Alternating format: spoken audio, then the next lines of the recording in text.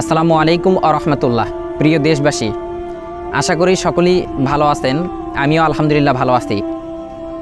সকলেই জানেন গত 2 দিন থেকে জাতির খুনি, মানে যাকে খুনি হাসিনা বলা হয়, সে আমাদের দেশ থেকে পালিয়ে গেছে আর কি।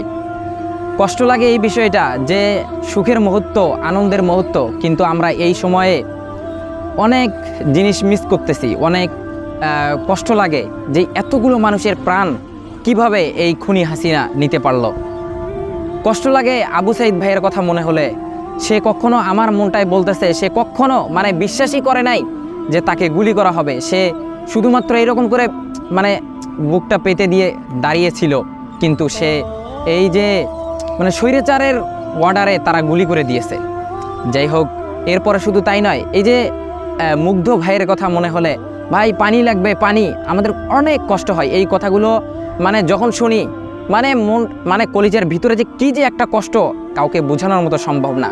শুধু তাই নয়, আরও অনেক ভিডিওর মাধ্যমে আমরা দেখছি, এই যে ফেসবুকের মধ্যে অনেক ভিডিও এখনও ঘুরে বেড়াচ্ছে, ভিডিওগুলোর মাধ্যমে দেখতেছি এই যে পুলিশ বাহিনীরা সব তো এই স্বৈরাচার শেখ হাসিনার হুকুমেই করছে, এমনভাবে গুলি করছে, নিশ্চয়ভাবে মানুষের জীবন চলে যাচ্ছে।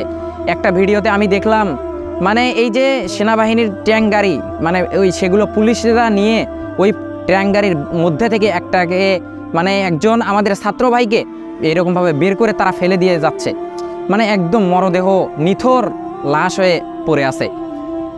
আর একটা ভিডিওতে দেখলাম যে লাশের একটা খাটিয়া নিয়ে ছাত্র ভাইরা চলে যাবে, তাদেরকে চলে যাইতেও দিচ্ছে না। তারা এইরকমভাবে এই স্বৈরাচার শেখ হাসিনার অর্ডারে তারা এরকমভাবে গুলি করে দিচ্ছিল, কারফিউ জারি করছিল, সেই আইন ভঙ্গ করার কারণে তারা গুলি করে দিচ্ছিল। সব কিছুর দায় একমাত্র এই স্বৈরাচার শেখ হাসিনা। যদি সে অর্ডার না করতো, কখনো এই পুলিশ বাহিনী তারা কখনো গুলি করতো না। তারা তো হচ্ছে নিরাপত্তা রক্ষা করা বাহিনী, কিন্তু তারপরেও তারা গুলি করছে। এটা হয়তো বা উপরের চাপ ছিল, সেই জন্য তারা গুলি করছে। আমি বলবো এই যে জাতির খুনি, এই যে কুখ্যাত খুনি, সে দেশ থেকে পলায়ন করেছে। আমি তো মনে করি সে দেশের কোথাও না কোথাও যাক, এই জিন্দেগি তার শেষ করে যখন পরকালের জিন্দেগিতে চলে যাবে, আল্লাহ তাআলার কাঠগড়ায় তাকে অবশ্যই এই মানুষগুলোর মৃত্যুর দায় ভার তার কাঁধে থাকবেই। এটা তো আমি অবশ্যই মনে করি। যাই হোক, আমি শুধু তাই নয়, আমি আর কি বলবো, এর কথাগুলো আর বলবোটা কি। এই যে আমাদের খুবই কষ্ট লাগে দেলোয়ার হোসেন সাইদি সাহেব হুজুরের কথা মনে পড়লে, অনেক কষ্ট লাগে। দেলোয়ার হোসেন সাইদি সাহেবকে কিভাবে কষ্ট দিল, কষ্ট দিয়ে দিয়ে দিয়ে দিয়ে দেলোয়ার হোসেন সাইদি সাহেবকে একদম শেষ করে দিল। তিনি লাশ হয়ে সেই কারাগার থেকে বের হয়ে আসলো। তিনি কখনো আমাদের সামনে আর তাকে আমরা জীবিত পাইলাম না। এরপরে আল্লামা মামুনুল হক সাহেবকে কতভাবে লজ্জিত করেছে তার হিসাব নাই। শুধু তাই নয়, এই যে আওয়ামী লীগের যেই রকম স্বৈরাচারী শাসক ছিল, এরকম স্বৈরাচারী যে ওনার যে নেতৃত্বরা ছিল, যাদেরকে উনি বসায় রাখছিল ক্ষমতার চেয়ারে, তারাও এইরকমভাবে অনেক জায়গায় অনেক আম মানুষের উপরে জুলুম নির্যাতন করে এসেছে। যাই হোক, আমি বলবো সমস্ত দেশবাসীর কাছে আমার একটাই রিকোয়েস্ট, সেটা হলো, ভাই, সামনে থেকে আমরা এমন কোনো স্বৈরাচারী শাসক নির্বাচন করব না, যার দ্বারায় এই যে 15 বছর 16 বছরে আমরা যেই কষ্টটা, ভোগান্তি আমরা পার করে এসেছি, এই রকম ভোগান্তি যেন না হয়। আমরা সরকার নির্বাচন করার সময় আমরা বিবেক বুদ্ধি, আমার অন্তর দিয়ে বিবেক বুদ্ধি দিয়ে আমরা অনেক কোরআনের আইনে যেন দেশ চলে, এই রকম একজন সরকার আমরা নিযুক্ত করব।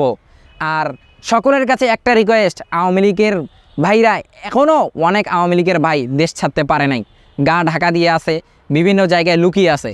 দেখেন, এই জন্য নেতার পিছনে কখনো ছুটবেন না। নেতা চলে গিয়েছে, দেখেন, নেতা চলে গিয়েছে, কিন্তু আপনাকে রেখে চলে গেছে। আপনি নেতা করছিলেন, নেতার কথা শুনে মানুষের উপর, জনতার উপর আপনি অত্যাচারের হাত বাড়িয়ে দিয়েছিলেন। দেখেন, আপনার নেতা চলে গিয়েছে, আপনাকে ফেলে চলে গিয়েছে, আপনার চিন্তাটা একবারও করা নাই।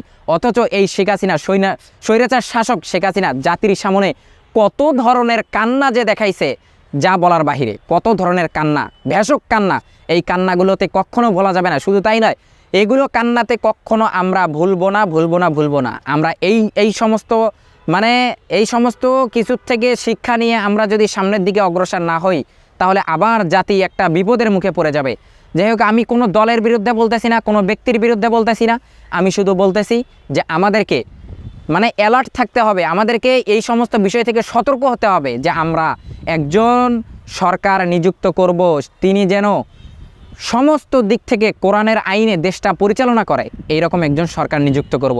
প্রিয় দেশবাসীর কাছে আমার এই একটাই আবেদন, আমার এই একটাই রিকোয়েস্ট, আপনারা এই চিন্তা ফিকিরে সামনের দিকে অগ্রসর হবেন। ভিডিওটা ভালো লাগলে অবশ্যই শেয়ার করে দিবেন। আশা করি সকলের কাছে ভিডিওটা ভালো লাগছে। আমি গুরুত্বপূর্ণ কথা বলার চেষ্টা করেছি। ভিডিওটা সকলের কাছে ভালো করে শেয়ার করে দিবেন এবং আপনার মতামত আপনি কমেন্টস বক্সে বলে যাবেন। ভালো থাকবেন, সুস্থ থাকবেন। আসসালামু আলাইকুম ওয়া রাহমাতুল্লাহ।